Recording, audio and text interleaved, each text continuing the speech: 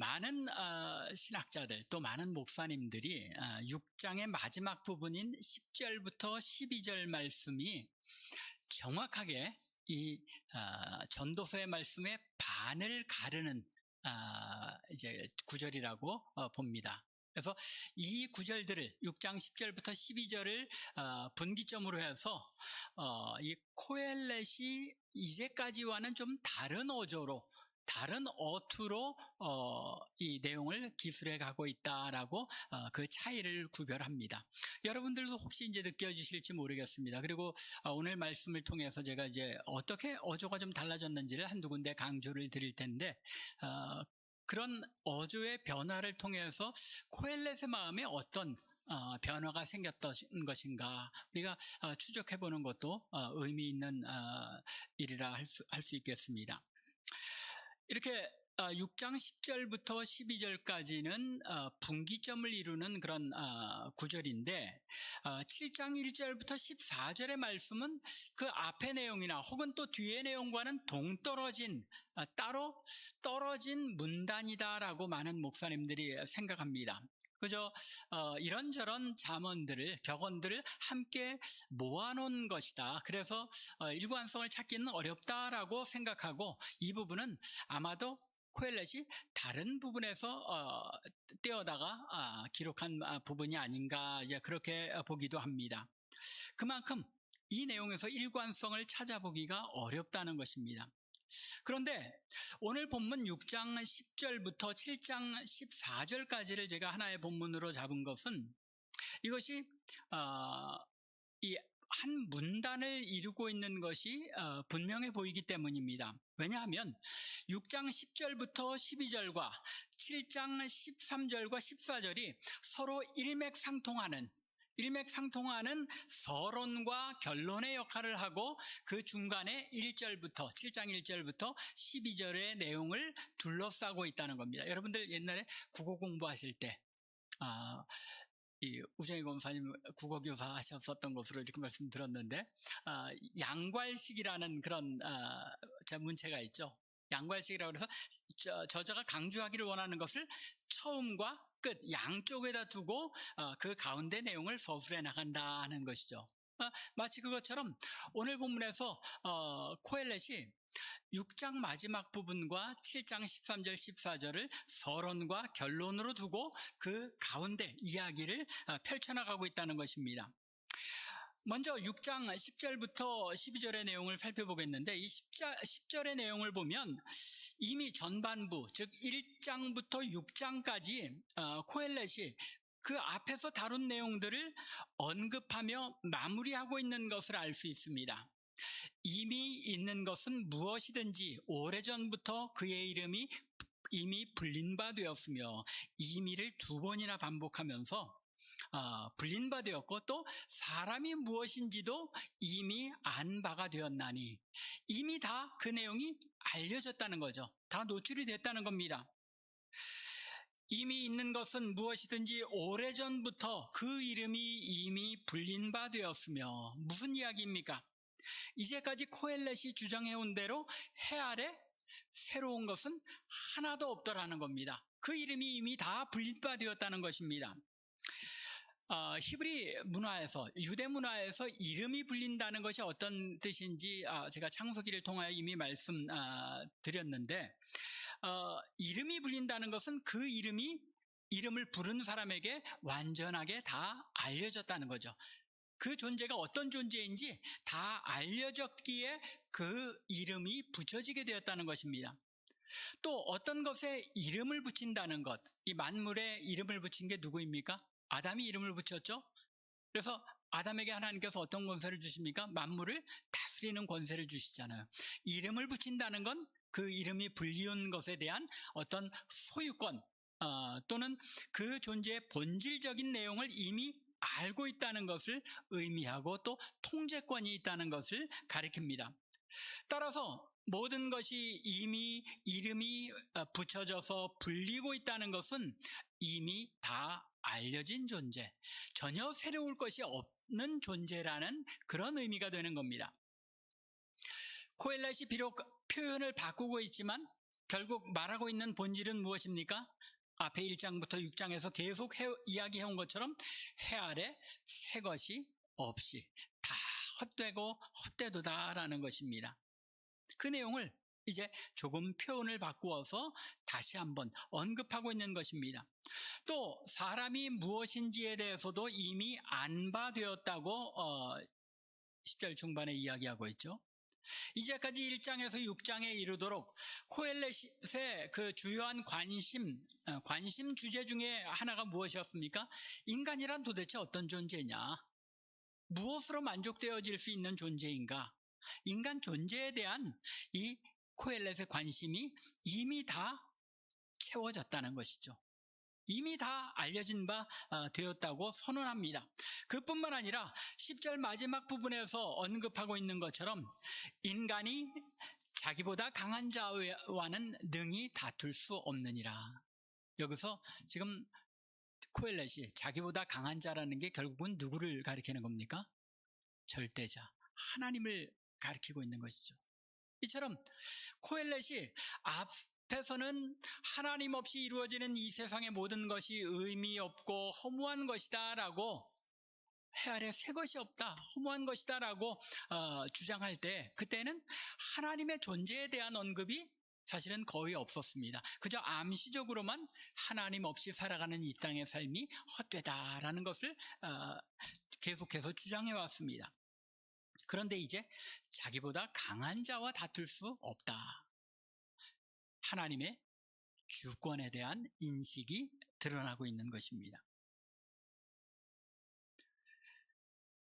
인간의 한계, 곧 하나님과 능히 다툴 수 없다는 사실을 분명하게 인정하고 고백하고 있는 것입니다. 이렇게 10절에서 자신이 앞에서 다루어온 모든 주제들을 다 이제 그것이 다 알려졌다.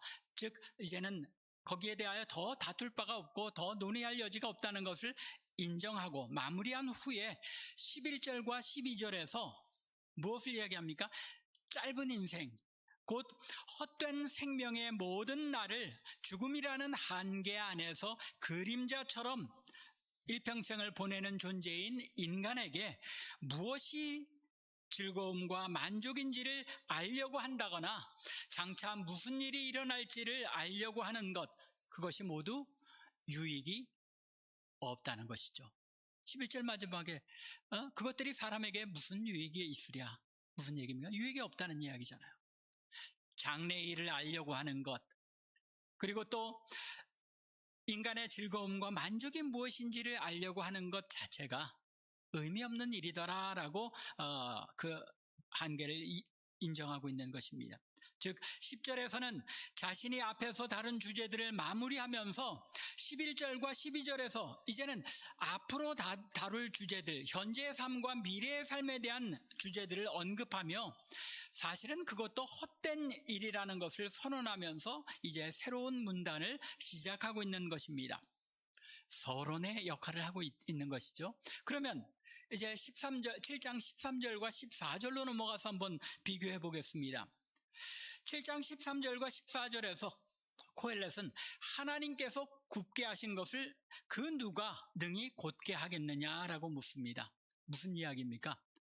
앞에 6장 10절에서 이야기한 것, 능히 자기보다 강한 자와 다투겠느냐? 다투지 못한다고 얘기했는데 여기서는 다시 하나님께서 굽게 하신 것을, 그 어떤 존재가 그것을 곧게 펼 수 있겠느냐? 하나님께서 행하시는 일은 인간이 좌지우지할 수 없고 인간이 변형할 수 없는 일이라는 것이죠. 조금 좁게는 인간에게 정해진 죽음이라는 한계 안에서 인간의 삶을, 어느 누구도 자신의 삶을 바꿀 수 없다는 것입니다. 죽음이라는 한계 아래서 살아가는 존재다라고 고백하고 있는 것이죠. 그리고 이어지는 14절에서는 다시금 하나님께서 인간으로 하여금 장래일을 알지 못하게 하셨으므로 그저 형통한 날에는 기뻐하고 곤고한 날에는 스스로를 되돌아보는 것, 이것밖에는 인간이 자신의 삶에 행할 수 있는 일이 없더라는 것입니다. 이처럼 코엘렛은 6장 10절부터 12절에서 그리고 또 7장 13절과 14절에서 동일한 주제, 곧 인간의 한계인 죽음과 또 인간의 삶 속에 장래에 일어날 일들에 대한 무지함이라는 주제를 서론과 결론으로 둘러싸고 이제 본 내용인 7장 1절부터 12절까지의 내용을 이야기하고 있는 것입니다.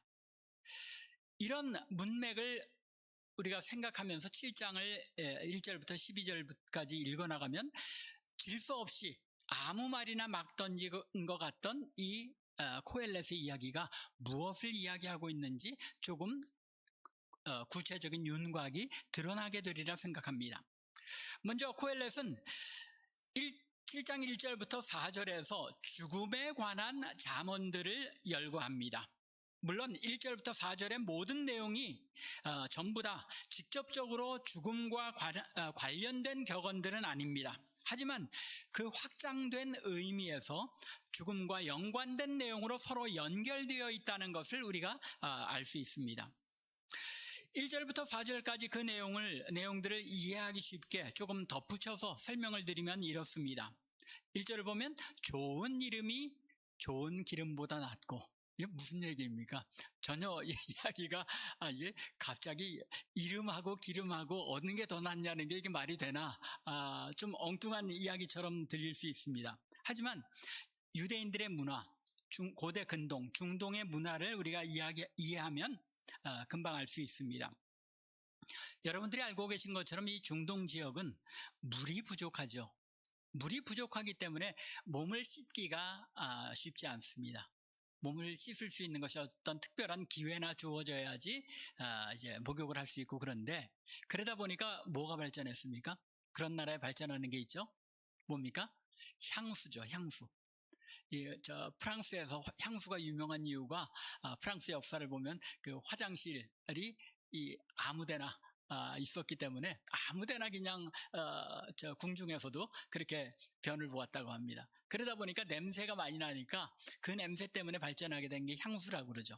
그것처럼 고대 근동에서도 물이 부족하다 보니까 향수가 많이 발전한 겁니다. 그래서 이 향유를 향유라고도 이야기하죠. 유가 기름 유자잖아요.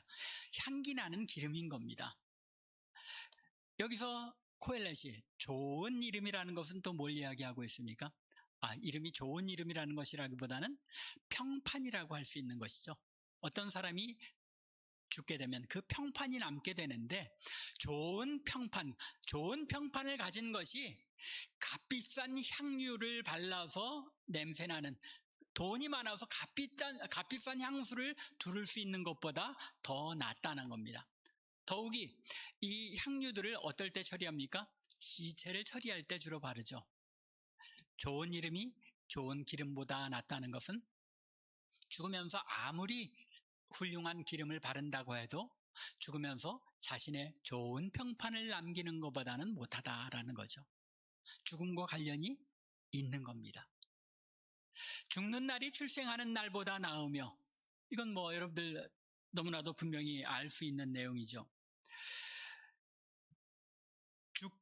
죽는 것이 더 낫다는 것, 죽는 날이 출생하는 날보다 낫다는 것은 죽음으로써 이 땅의 고난과 어려움들이 다 끝나는 것인데, 새로 태어나는 아이에게는 그것이 뭐의 시작입니까? 고생문이 열리는 시작이라는 거죠. 따라서 인생의 그런 고난의 의미를 볼 때 죽는 날이 차라리 태어나는 날, 출생하는 날보다 낫다는 것입니다. 코엘렛은 이렇게 좋은 평판은 죽음 이후에도 남는 것이라고 이야기하고, 또 죽는 날이 출생하는 날보다 낫다고 이야기하는 것입니다. 어떤 면에서 인간 존재에 대한 아주 통렬한 그런 관찰이 담긴 것이죠. 기름보다 좋은 이름이 낫고 죽는 날이 출생하는 날보다 낫다는 것입니다. 그리고 이제 2절에서 코엘렛은 초상집에 가는 것이 잔치집에 가는 것보다 낫다고 말하면서 그 이유를 알려줍니다. 초상집에 가는 것이 잔치집에 가는 것보다 나으니 모든 사람의 끝이 이와 같이 됨이라. 모든 사람이 결국 죽을 수밖에 없다는 것. 그것을 초상집을 가서 산자는 이것을 그 마음에 두기 위해서 늘 초상집을 가는 것이 잔치집을 가는 것보다 낫다는 것입니다. 마치 시편 90편을 보면 모세가 시편 90편을 지었는데 모세가 인간의 생명의 연약함을 강조하죠. 그리고 죽음에 대해 노래하면서 시편 90편 12절에서 뭐라고 이야기합니까? 우리에게 우리 날 계수함을 가르치사 지혜로운 마음을 얻게 하소서.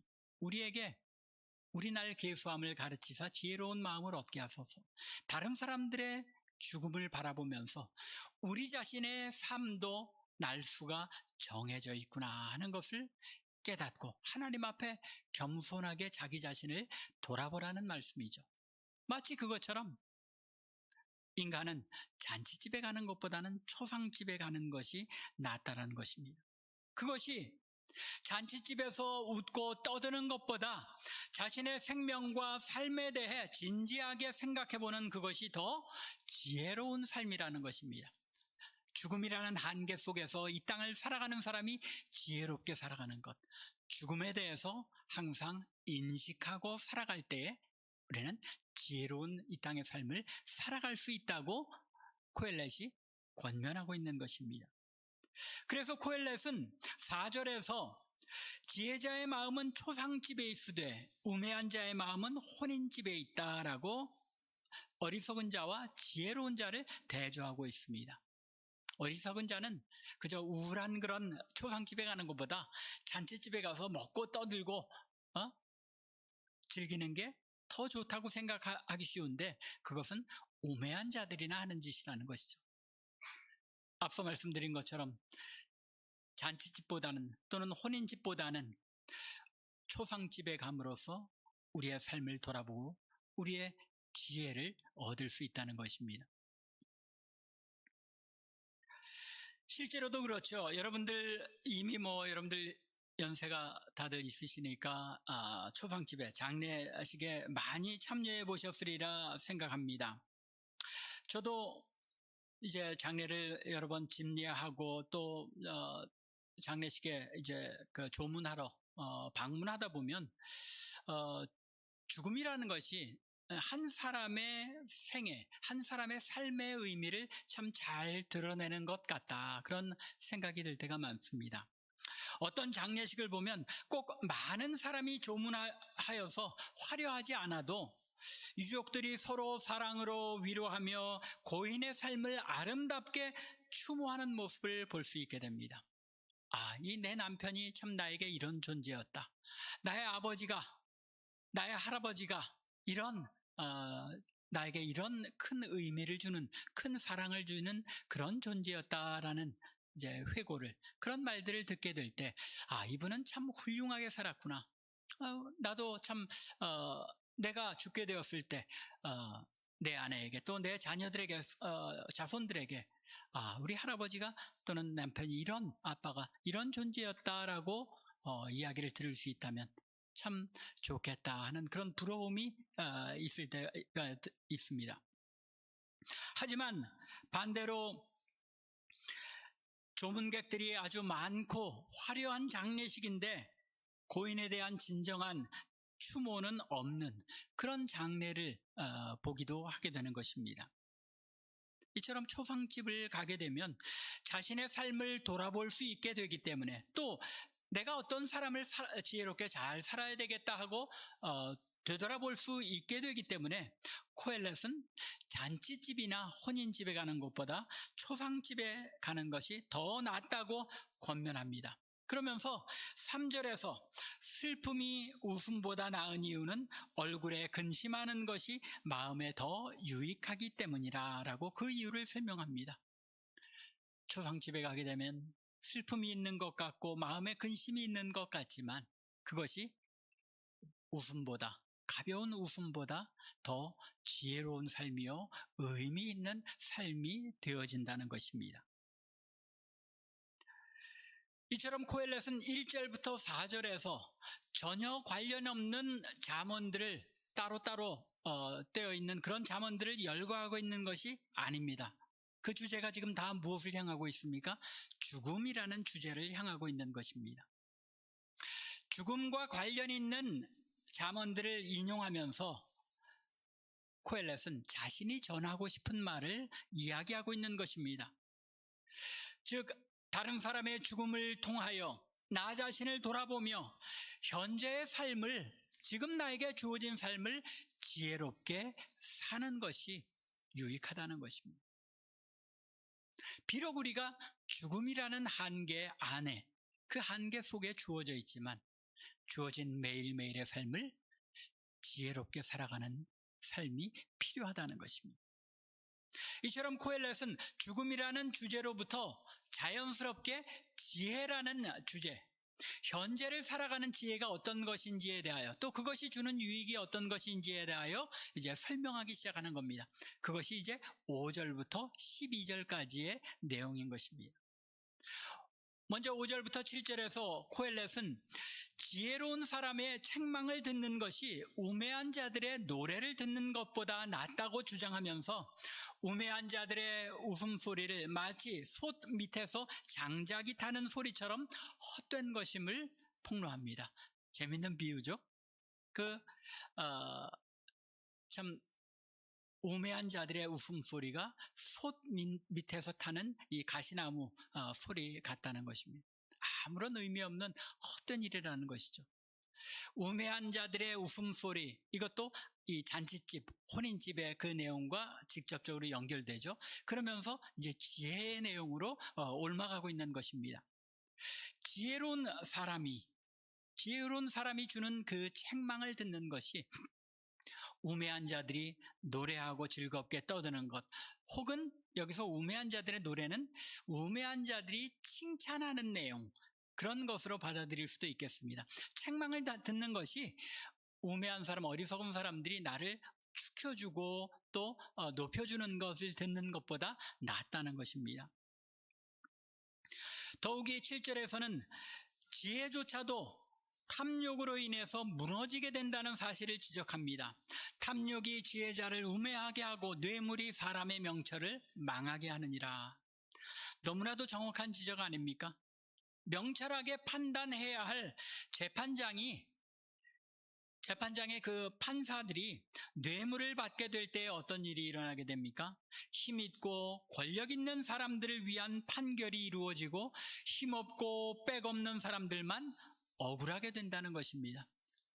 요즘 우리 한국에서 참 심하게 이 재판의 문제에 대해서 언급이 되고 재판권 그런 것들에 대해서 자꾸 언급이 되는 이유가 무엇입니까?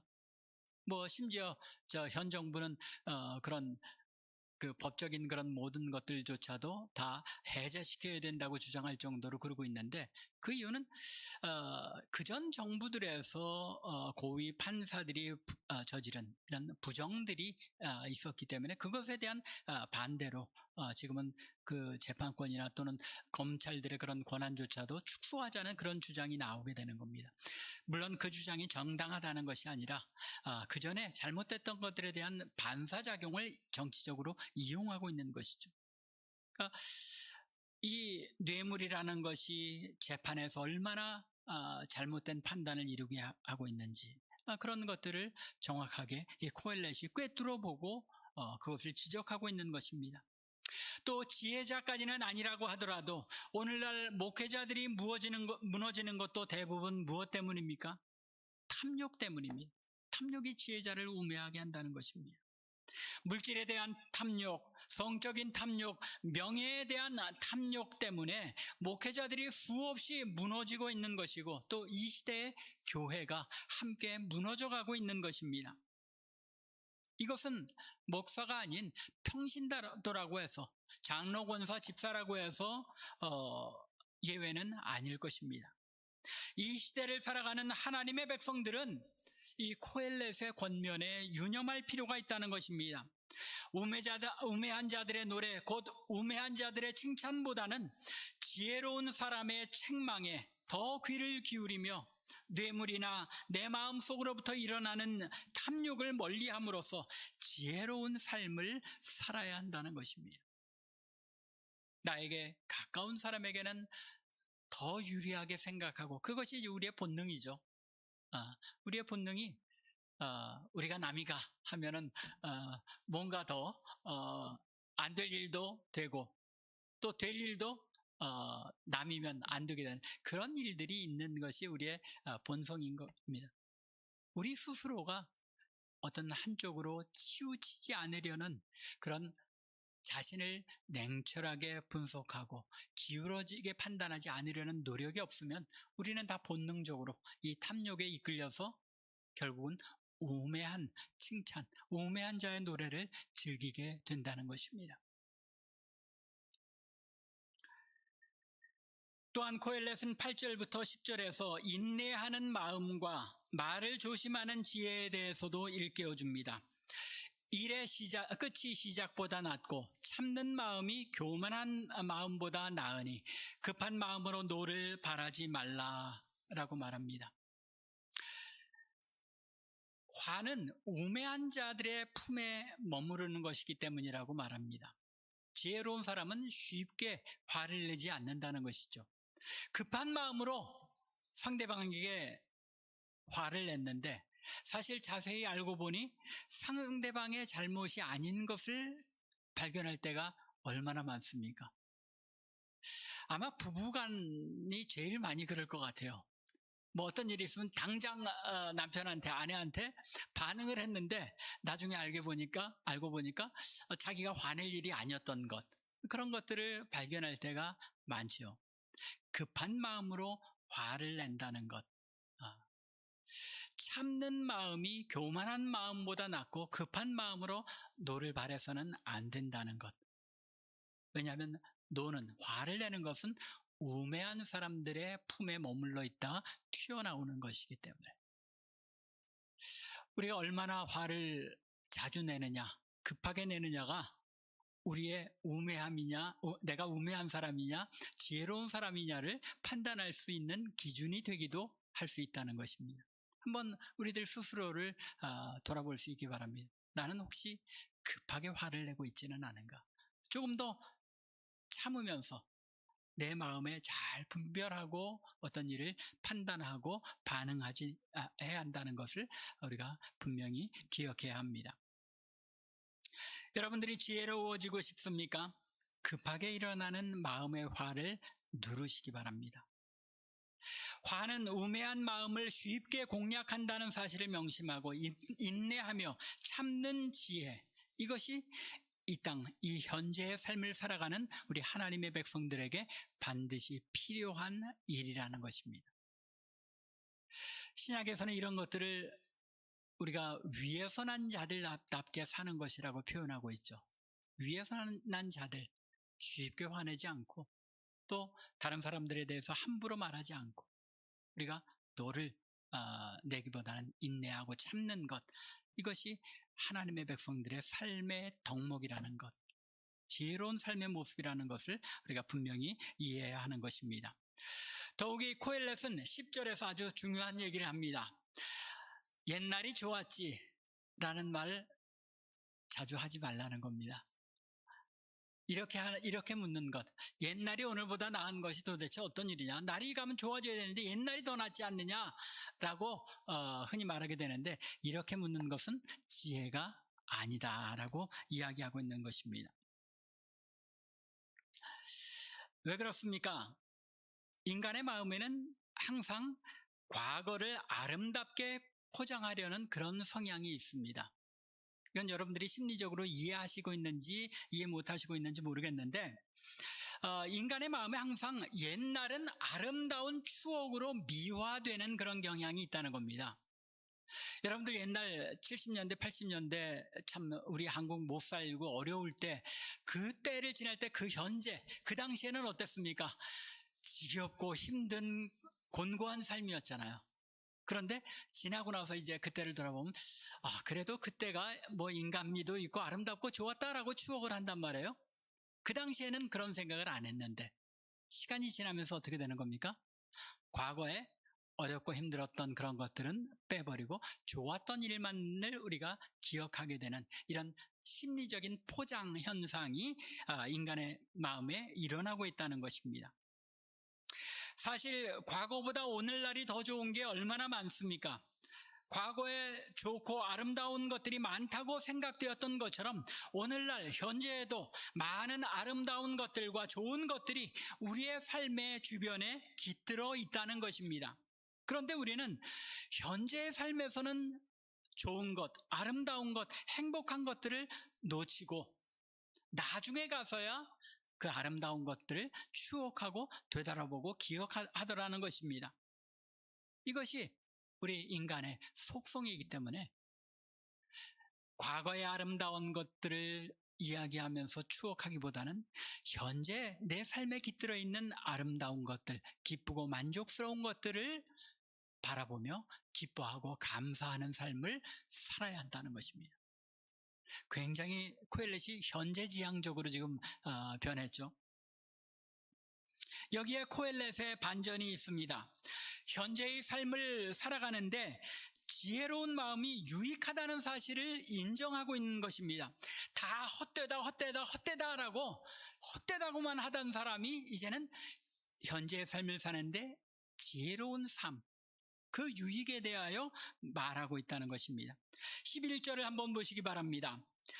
지혜는 유산같이 아름답고 햇빛을 보는 자에게 유익이 되도다. 이거 지금 전도자가 지금 여태까지 하던 말하고는 전혀 다른 어조잖아요. 해 아래 모든 것이 헛되다고 허물을 주장해왔던 코엘렛이 지혜의 아름다움을 칭송하고 햇빛을 보는 자, 무슨 이야기입니까? 현재 해 아래 살아가는 모든 사람에게 지혜는 유익이 된다라고 인정하고 있는 것입니다. 그리고 이어지는 12절에서는 지혜의 그늘 아래에 있는 것이 돈의 그늘 아래에 있는 것, 즉 지혜를 가진 것이 부를 가진 것에 비교할 만하지만 지혜에 관한 지식이 더 유익하다라고 주장합니다. 그 이유는 지혜를 가진 자는 그 지혜가 지혜 있는 그 사람 자신을 살리기 때문이라는 것입니다. 돈은 살리지 못하지만 지혜는 그 사람의 생명을 더 윤택하게, 더 생명을 가치 있게 살아갈 수 있게 해준다는 것입니다. 이렇게 지혜를 가지고 현재에 주어진 삶을 지혜롭게 살아갈 것을 권면한 코엘렛은 이제 13절과 14절에서 이렇게 결론을 내립니다. 하나님께서 행하시는 일을 보라. 하나님께서 굳게 하신 것을 누가 능히 곧게 하겠느냐. 형통한 날에는 기뻐하고 곤고한 날에는 되돌아보아라. 이 두 가지를 하나님이 병행하게 하사 사람이 그의 장래일을 능히 헤아려 알지 못하게 하셨느니라. 장래일을 헤아려 알지 못하게 하셨으니까 이제 모든 것이 다 헛됐다고 좌절하고 포기하고 살라고 그래 이야기하고 있습니까? 아니잖아요. 현재의 삶을 지혜롭게 살아가라는 것입니다. 하나님께서 정하신 것을 사람이 바꿀 수 없다는 것입니다. 전도자는 하나님의 전적인 주권을 인정하고 있는 것입니다. 전능자이신 하나님께서 한번 결정하신 일을 사람이 바꿀 수 없더라는 것입니다. 그런데 하나님께서 인생을 향하여 때로는 형통한 날을 주시고 때로는 곤고한 날을 주셔서 인간으로 하여금 자신의 앞날에 일어날 일을 알지 못하게 하셨다는 것입니다. 여러분들 인생사 세옹지마다라는 말을 들어보셨죠? 이 세옹지마라는 이야기 너무 오래된 얘기라서 잘 기억 안 나시죠? 변방세자, 노인홍자 해가지고 변방에 사는 어떤 노인네가 가지고 있던 말의 이야기, 그게 세옹지마의 말의 뜻입니다. 무슨 이야기냐면 변방의 한 노인이 말을 한 마리 키우고 있었는데 애지중지 키우던 말이 어느 날 갑자기 사라져 버렸습니다. 도망가 버렸습니다. 그러자 동네 사람들이 이 노인을 위로합니다. 그 비싼 애지중지하던 말이 달아났으니 참 얼마나 마음 아프겠습니까? 그러자 이 노인이 대답합니다. 세상 사는 게, 사람 사는 게 다 그렇지 뭐. 이게 또 무슨 좋은 일이 될지 아나 하고 사람들에게 대답을 합니다. 그런데 몇 달이 지나자 이 말이 돌아왔는데 누가 돌아옵니까? 다른 말 한 마리와 새끼 한 마리를 달고 돌아옵니다. 그러자 동네 사람들이 환호하면서 축하를 해줍니다. 그런데 이 노인의 손자가 그만 이 말을 타다가 어떻게 됩니까? 떨어져서 다리가 부러졌습니다. 그러자 동네 사람들이 또 찾아와서 아이고 이게 참 무슨 웬일입니까? 어떻게 이렇게 또 불행한 일이 일어났습니까? 하고 위로합니다. 그런데 그 다음 해에 이 마을에 전쟁이 일어났습니다. 온 동네 청년들이 다 징집을 당해서 끌려갔는데 이 손자는 다리가 부실하다는 이유 때문에 군대에 끌려가지 않게 되었습니다. 인간의 삶에는 복된 일과 또 좋지 못한 일들이 끊임없이 번갈아가면서 일어난다는, 인생이라는 것이 그런 것이다 라는 말이 바로 세옹지마라는 말입니다. 이렇게 인생에는 좋았던 일과 안 좋은 일들, 즉 형통한 날과 곤고한 날이 번갈아감으로 나타나므로 인간이 어떤 일이 어떻게 변하게 될지 장래를 미리 알 수 없다는 것입니다. 그래서 코엘렛이 내린 결론이 무엇입니까? 형통한 날에는 그날을 기뻐하고 즐거워하며 감사하는 것입니다. 또한 곤고한 날은 좌절하고 절망하기보다는 어떻게 하라고요? 자신의 삶을 되돌아보며 하나님 앞에 범죄한 일이 있어서 이런 곤고함이 있는 것은 아닌지 스스로를 돌아보게 되는 이런 지혜로운 삶을 살라는 것입니다. 인간의 삶에 대한 코엘렛의 관점이 변했다는 사실이 느껴지십니까? 6장 10절부터 12절을 기점으로 해서 코엘렛의 관점이 전혀 다른 관점에서 인간의 삶을 이야기하고 있는 것입니다.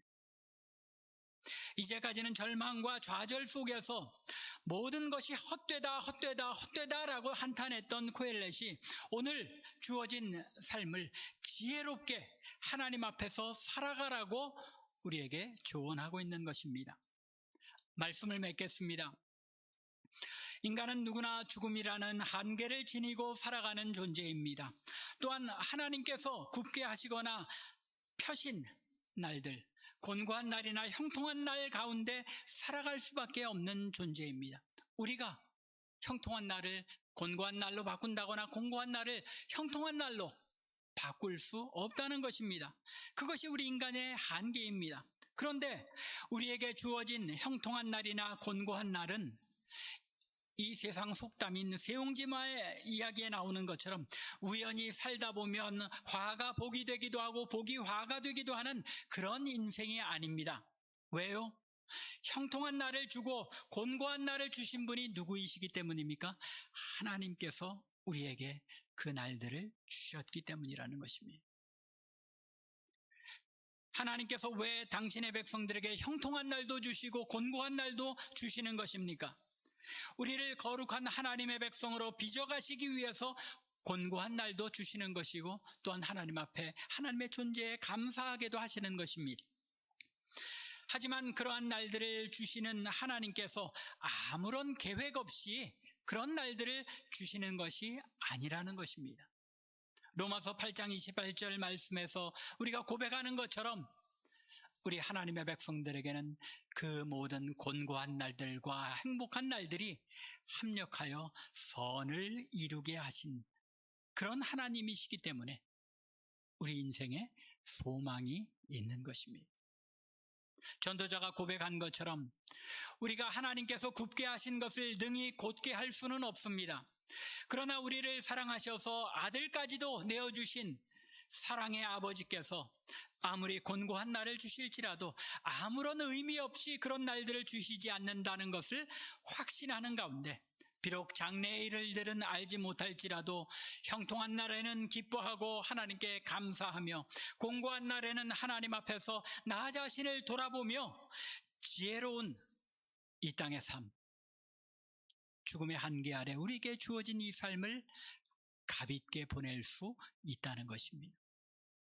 간절히 원하기는 매일매일에 주어진 우리의 삶 가운데 지혜로운 하나님의 백성이 되어서 형통한 날에는 기뻐하고 감사하며 곤고한 날에는 하나님 앞에 나 자신을 돌아보며 엎드리는 가운데 우리를 향한 그 하나님의 뜻을 나의 삶 가운데 이루어드리는 참빛교회 성도들 여러분과 제가 되기를 주님의 이름으로 간절히 축원합니다.